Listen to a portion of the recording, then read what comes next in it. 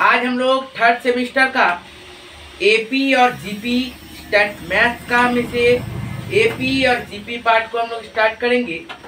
AP और GP जब part शुरू करेंगे तो एपी का मतलब हुआ अरिथमेटिक प्रोग्रेशन और जीपी का मतलब हुआ ज्योमेट्रिक प्रोग्रेशन। एपी का मतलब क्या हुआ अरिथमेटिक प्रोग्रेशन और जीपी का मतलब क्या होता है ज्योमेट्रिक प्रोग्रेशन। तो बाबू इसमें हम लोगों को पहले फंडा समझना पड़ेगा कि एपी और जीपी में डिफरेंस क्या है। कब हम लोग समझेंगे कि ये एपी है, कब समझेंगे कि ये जीपी है। तो बाबू देखिए एपी और जीपी जो होता है ना एडिटिव या फिर सब्ट्रैक्टिव होता है। एपी या फिर जीपी क्या होता है एडिटिव या फिर सब्ट्रैक्टिव होता है। मतलब या तो बढ़ते हुए जाता है या तो कमते हुए आता है, तो उसको हम लोग क्या बोलते हैं एपी बोलते हैं। और जीपी क्या होता है जीपी मल्टीप्लिकेटिव होता है या फिर डिवीजन होता है। मतलब या तो मल्टीपल होते हुए जाता है या तो डिवीजन कमते हुए आता है। जैसे मैं एक एपी का एग्जांपल देता हूँ। देखिए AP 2, 5, 8, 11, 14, 17 and dot dot dot. ठीक है ना। देखिए 2 और 5 का अंतर कितना है 3 का, मतलब 3 प्लस हो रहा है। देखिए 5 और 8 का अंतर कितना हो रहा है 3 का, मतलब 3 प्लस हो रहा है। 8 और 11 का अंतर कितना हो रहा है 3 का, मतलब 3 प्लस हो रहा है। 11 और 14 का अंतर कितना हो रहा है 3 का, मतलब ये 3 3 3 3 बढ़ते जा रहा है। Then it to be AP series. लेकिन यदि मान लीजिए मैं ये देता हूँ 2, 5, 7, 10, 13, क्या ये एपी सीरीज है हम लोगों को ये बताना है। ठीक है ना बाबू। तो ध्यान से देखना पड़ेगा। ये 2 से लेके 5 कितना हुआ 3 तो ऐड हुआ। 5 से 7 कितना ऐड हो गया 2 का। ठीक है ना बाबू। तो डिफरेंस, ये जो डिफरेंस है ये क्या है अलग है। मतलब ये एपी सीरीज नहीं हो सकता है। ठीक है ना। तो सब समय याद रखिएगा या तो बढ़ते हुए जाए या तो कमते हुए आए। जैसे मान लीजिए कि जैसे 20 दिया गया है उसके बाद 13 दिया गया। ठीक है ना। 20 दिया गया उसके बाद क्या दिया गया 13 दिया गया उसके बाद 6 दिया गया। ठीक है ना। उसके बाद क्या दिया गया -1 दिया गया एंड डॉट डॉट डॉट। बोल रहा है क्या ये एपी सीरीज है। तो हम लोगों को पता ही क्या होना चाहिए एपी सीरीज का मतलब गैप निकालो।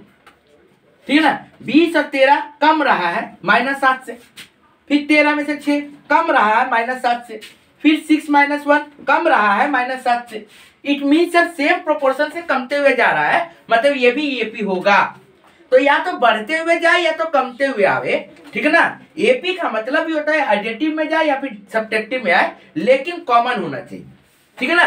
तो यही जो डिफरेंस जो बोल रहे हैं इसी को बोलते हैं कॉमन डिफरेंस। क्या बोलते हैं हम लोग कॉमन डिफरेंस। और याद रखिएगा फर्स्ट टर्म को बोला जाता है A1।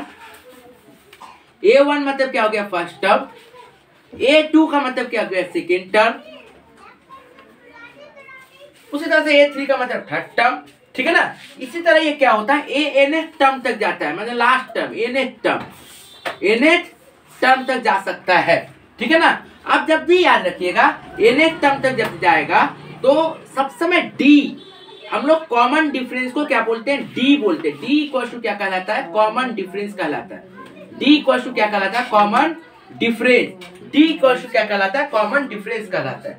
तो common difference D equal to यदि कहला रहा है तो D कैसे निकलेगा। D का मतलब ही हुआ A2 - A1। हम लोग क्या कर रहे हैं इसमें से इसको घटा रहे, तो A2 - A1। ठीक है ना। या फिर A3 - A2। ठीक है ना। तो कोई भी चीज एपी है, कोई भी सीरीज एपी है, ये आपको पता करने के लिए आप लोग ये भी देख सकते हो कि sir A2 - A1 = A3 - A2 होना चाहिए। मतलब इसमें जो D आएगा इसमें भी वही D आना चाहिए, तभी ना एपी सीरीज होगा। इसमें जो 3 का गैप था इसमें भी 3 का गैप होता है ना एपी सीरीज होगा। लेकिन इसमें 3 का गैप है इसमें 2 का गैप होता है एपी सीरीज होता नहीं होता। इसका मतलब A2 - A1 और A3 - A2 दोनों सेम होना चाहिए तभी एपी सीरीज होगा सर। ठीक है। तो हम लोगों को एपी का ये फंडा हम लोगों को समझ के रखना पड़ेगा। नेक्स्ट अब आते हैं हम लोग कहाँ पे जीपी में। फॉर्मूला में नहीं जाते हैं, पहले अभी हम लोग समझ रहे हैं कि एपी और जीपी होता क्या है। ठीक है। आगे आते हैं हम लोग जीपी। जब जीपी हम लोग देखेंगे तो ध्यान से देखिए, जब जीपी करेंगे तो जीपी में देखो क्या बोल रहा है। मान लीजिए 2 लिखे, 2 के बाद 10 दिए, 2 के बाद 50 दिए, 50 के बाद 250 दिए एंड डॉट डॉट डॉट। अब बताना है कि क्या ये एपी है कि जीपी है। पहले तो ये पता करना पड़ेगा आपको कि सर हम जो सम्स कर रहे हैं वो एपी टर्म का है कि जीपी टर्म का है, ठीक है ना। तो बाबू देखो इसमें भी क्या होता है, यहाँ पे मैंने क्या बोला, मल्टीप्लिकेटिव और डिवीजन होता है। यहाँ पे एडिशन नहीं होता, यहाँ पे सीधा गुना भागा होता है, ठीक है ना। मतलब सर आप वहां पे सिखाए थे a2 - 1, इसका मतलब यहाँ पे क्या होगा, a2 डिवाइड बाई a1 हो जाएगा। d का मतलब, तो यहाँ पे d नहीं बोला जाता है, यहाँ पे r बोला जाता है। क्या बोला जाता है, r, ठीक है ना। तो a2 divided by a1 means 10 divided by 2 is 5। उसी तरह से यदि a3 डिवाइडेड बाई 2 किया जाए, a3 divided by a2 it means 15 divided by 10 5। तो sir a2 divided by a1 और a3 divided by a2 same आया है, इट मीन ये जीपी टर्म है, ठीक है ना। तो जीपी टर्म किसी को भी प्रूफ करने के लिए हम लोग को क्या करना पड़ेगा, a2 divide by a1, a3 divide by a2, a4 divide by a3 इस प्रोपोर्शन में रहना पड़ेगा। क्लियर है सर, तब मेरा क्या कहलाएगा, ये जीपी सीरीज कहलाएगा। ओके, ध्यान समझ में आया। तो यहां तक तो हम लोग को समझ में आया। अब तो फर्क पता चल गया कि एपी और जीपी किसको बोलते हैं। इसके बाद हम लोग कहां पे जाएंगे, इसके बाद हम लोग जाएंगे सर फॉर्मूला पे। पहले एपी हम लोग छुएंगे, फिर हम लोग जीपी करेंगे, ठीक है ना। पहले एपी पकड़ेंगे, फिर हम लोग जीपी का फॉर्मूला लिखेंगे। तो देखिए हम लोग फॉर्मूला लिखे हैं। सबसे पहले एन मतलब होता है टर्म निकालना, कि 5वां टर्म बोला है, 10वां टर्म बोला है, 20वां टर्म बोला है, 25वां टर्म बोला है, जितना भी टर्म बोला हो उसका फॉर्मूला क्या होता है, ए मतलब first term plus n - 1d। मतलब यदि मान लीजिए a 10 आपको बोला गया है, इसका मतलब क्या होगा sir, a plus 10 - 1d। a plus 10 - 1 क्या होगा, 9d। तो हम लोग डायरेक्ट ये भी लिख सकते हैं कि जितना टर्म बोलेगा उससे एक कम, ठीक है ना। हम लोग आराम से लिख सकते हैं। यदि मान लीजिए a 25 बोला है, मैंने 25th टर्म बोला है, मतलब a प्लस 24d लिख सकते हैं, कोई दिक्कत हमें नहीं होनी चाहिए। सेम सम बोला है, देखो टर्म का मतलब होता है 2 4 5 करके यदि जा रहा है, 2 4 6 करके, तो 25वां नंबर में क्या आएगा, ये हुआ टर्म। 25th नंबर में क्या आएगा, ये हुआ टर्म। लेकिन वही यदि बोल दे ये 2 4 6 10वां टर्म तक का सम कितना होगा, सम कितना होगा, तो सम का फॉर्मूला ये।